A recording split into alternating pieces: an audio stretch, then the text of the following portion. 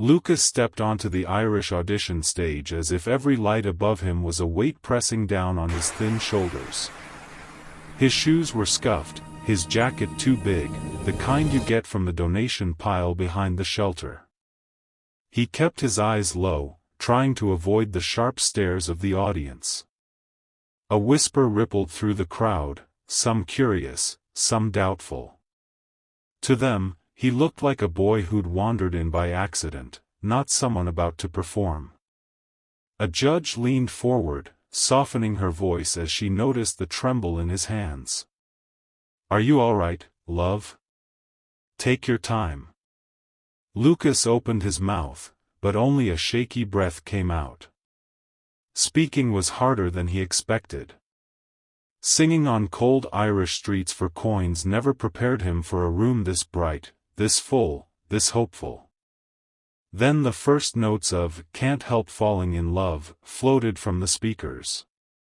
Lucas closed his eyes, hoping to block out everything, his empty pockets, the cold nights in the shelter, the way people hurried past him without listening. For a moment he stood still, frozen like the song was too heavy to lift. But on the second line, something inside him cracked open. His voice came out deeper than anyone expected, warm and haunting, carrying the unmistakable echo of Elvis, but not a copy. It was rougher, touched with struggle, shaped by long nights singing outside pubs just to afford a piece of bread. The audience's reaction was immediate. Gasps first. Then shrieks. Then a loud wave of screams as people shot to their feet, unable to believe what they were hearing. A woman in the front row covered her mouth with both hands, her eyes shining. A man beside her whispered, "Is this real?" The sound engineer turned his head so fast he knocked into a microphone stand. Even the cameraman forgot to move his camera for a second. One of the judges slammed his hand on the table, not in anger, but in shock so powerful it made him stand up. "Where did that come from?" he shouted, not caring about the microphones picking it up. Lucas didn't hear him. He was lost in the song, pouring out years of fear, hunger, small humiliations, and quiet dreams. And the more he sang, the louder the crowd became, pushing him forward with their disbelief and excitement. Tears blurred his vision halfway through, but he kept going. For once, people weren't passing by. They were listening. They were cheering. They were seeing him. When the final note left his lips, the hall erupted like a storm breaking open.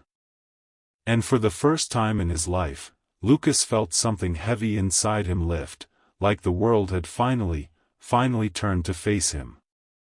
The moment Lucas finished singing, the room didn't simply fall silent, it hung in the air, trembling. The last note seemed to echo against the walls long after his voice stopped. Then slowly, almost cautiously, the judges lifted their heads as though waking from a dream. Judge Maeve was the first to react. Her lower lip quivered, and she blinked hard, trying to steady herself. But the tears pushed through anyway, sliding down her cheeks as she whispered something no microphone fully caught. "My God, he sounds like Elvis rose from the grave, but with a soul that's been broken before it even had a chance to grow." She placed a hand over her heart, fingers gripping tightly, as if Lucas's voice had reached in and touched a place she didn't know was still vulnerable. She wasn't alone. The second judge, a man known for being harsh and emotionless on camera, pushed back his chair so sharply it screeched. He stood up, running a hand over his face, unable to pretend he wasn't shaken. His voice cracked as he said, "You've been through hell, haven't you? I can hear it. Every word, it's all in your voice." Lucas stood frozen on stage, not sure if he should speak. His hands, still trembling from the performance, pressed against his chest as if to keep himself from falling apart. He wanted to answer, but his throat tightened. So he nodded slowly, almost apologetically, as if admitting hardship was something he shouldn't bother them with. The audience reacted before the judges could speak again. People were crying openly, some wiping their eyes with sleeves, others just letting the tears fall unchecked. A few stood with their hands clasped together like they had just witnessed a miracle on stage. One elderly man even raised his fist in the air, shouting hoarsely, "That boy deserves the world." Judge Maeve pushed her chair back and suddenly walked around the table, breaking show protocol without a second thought. Cameras scrambled to follow her. The other judges exchanged glances, unsure whether they should stay seated, but their emotions refused to be contained. The second judge stood as well, then the third. And slowly, all three of them moved toward the stage, guided not by television rules but by raw human instinct. When they reached Lucas, he took a step back, startled.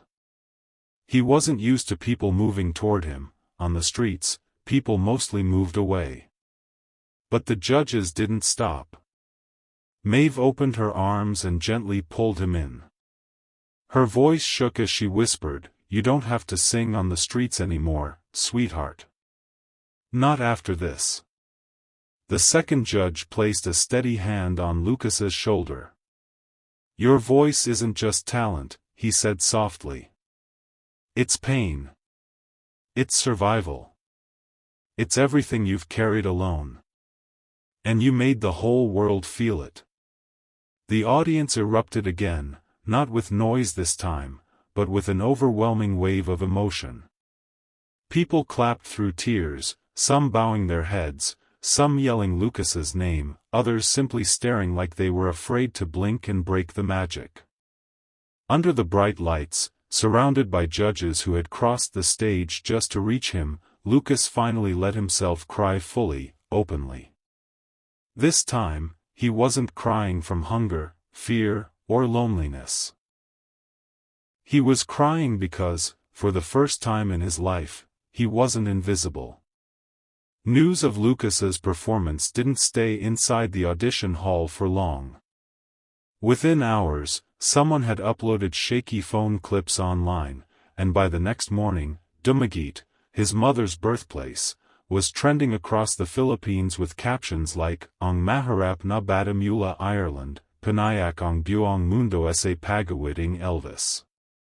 The headlines made it sound like a legend, but inside the studio, the moment was still unfolding in real time.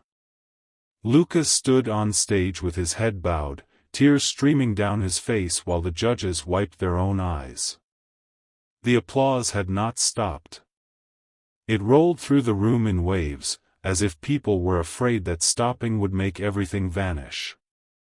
Then something happened that no one expected. One judge walked back to the panel, pressing a hand to her chest, breathing hard like she needed a second to gather her courage. The audience fell into a hush, watching her every step. She reached the golden buzzer, normally reserved for rare once-in-a-season miracles, and rested her trembling hand on it. But instead of pressing it, she looked at the other two judges, her eyes silently asking a question only they could understand. They stared at her, then at Lucas, then back at her again. A moment of electric stillness passed between them. The second judge stepped forward first, placing his hand beside hers. Then the third joined, covering both their hands with his own. The crowd held its breath. 3 judges on one buzzer, that had never happened before in the show's history. Before anyone could ask a question, they slammed the buzzer together with a force that echoed like thunder. The entire stage exploded into gold. Confetti burst into the air like fireworks, swirling around Lucas in a shimmering storm. The lights intensified, beams of gold and white illuminating him as if the universe had opened above the stage. Lucas staggered backwards, overwhelmed.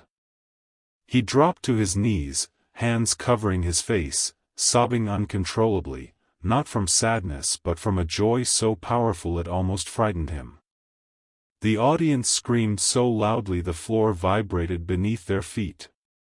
Some people jumped, others hugged strangers, and many simply stood with tears streaming down their cheeks. The judges climbed onto the stage again, ignoring every rule ever written. They surrounded Lucas like a protective circle. Judge Maeve knelt beside him, pulling him close so he wouldn't collapse. Her voice was soft but shaking with emotion. "Your voice, it's not just something we heard," she said. "It's something we felt. Ireland will never forget this night." The crowd began chanting his name, first softly, then louder, building into a roar that filled the entire hall. Lucas lifted his head, confetti clinging to his hair, his cheeks shining with tears. For the first time in his life, he wasn't a boy singing on cold streets. He wasn't invisible. He wasn't forgotten. He was a moment, an unforgettable one, that the world had decided to hold on to.